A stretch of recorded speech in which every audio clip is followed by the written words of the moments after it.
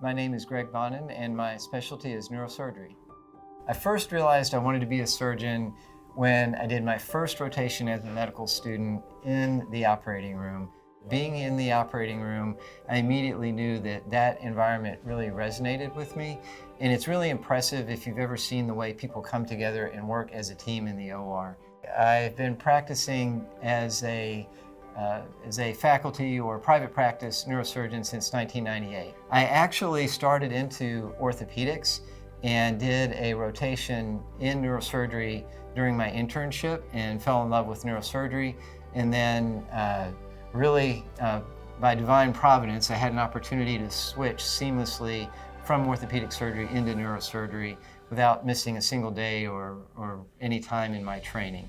As a surgeon, and particularly in neurosurgery, we get a lot of instant gratification. So we have people come in that are in a very difficult situation. A lot of the time they're in severe pain, or they maybe have severe tremor or other types of really disabling problems. And then we're able to do something that helps them, and quite often we see that feedback right away. So it's really a pleasure to be able to help people to actually physically do things with your hands and then see them come back in and see the benefit that they've received.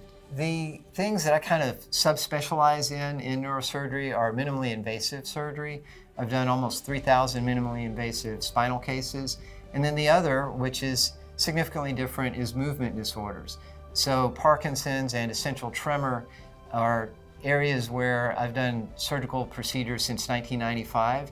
And it's a really exciting area because there's a lot of new technology, and that could include deep brain stimulators, but also focused ultrasound, where we're now actually able to use high-intensity sound waves and do a procedure in the brain without actually making an incision or drilling a hole or doing anything invasive. The one thing I would tell patients, and it depends a little bit on the problem they're dealing with, is that with spinal problems, sometimes there are non-operative treatments that can be highly effective, but there are situations when you've exhausted those, and from a quality of life standpoint, your life is so much better if you just definitively have that problem addressed. From the standpoint of movement disorder patients, such as essential tremor or Parkinson's, those are disease processes that are very disabling, but it's very scary to have somebody do anything with your brain. And it's really easy to put those off while you become worse and worse and find that you can do less and less in life as a result of that.